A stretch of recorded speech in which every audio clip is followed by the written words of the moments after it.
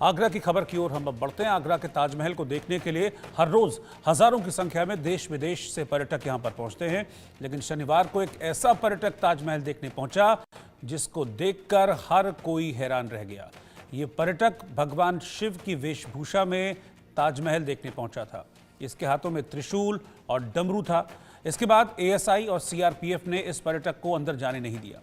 आखिरकार इसका सारा सामान रखवाया गया और फिर पूरी जब सुरक्षा जांच की गई उसके बाद ही इसे ताजमहल में अंदर जाने दिया गया। दरअसल इसके पीछे वजह यह है कि पिछले कुछ वक्त से कंट्रोवर्सी चल रही है और पिछले दिनों हमने देखा भी था कि एक महिला एक छोटा शिवलिंग लेके ताजमहल के अंदर पहुंच गई थी छुपाकर, और फिर उसने अंदर ही शिवलिंग पर जल अर्पित किया था।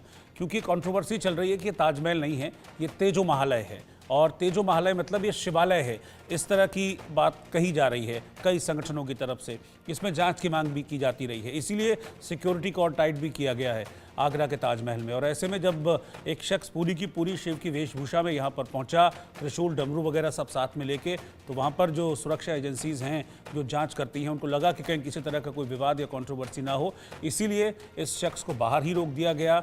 और बाद में इसका त्रिशूल डमरू वगैरह जब सारी चीज़ें ली गई फिर उसको अंदर जाने दिया गया ताकि किसी तरह का कोई विवाद इस पर ना खड़ा हो।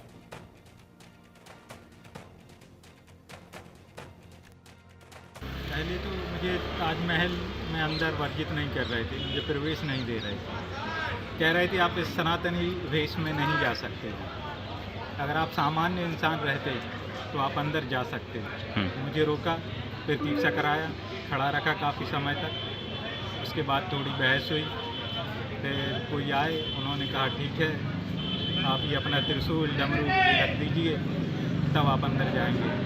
हमने कहा ठीक है। हमसे पूछा जा रहा था आप क्यों जाना चाहते हो, यहाँ आपका क्या काम है। बोला कि आप क्या जानते हैं इस बारे में, ताजमहल के बारे में।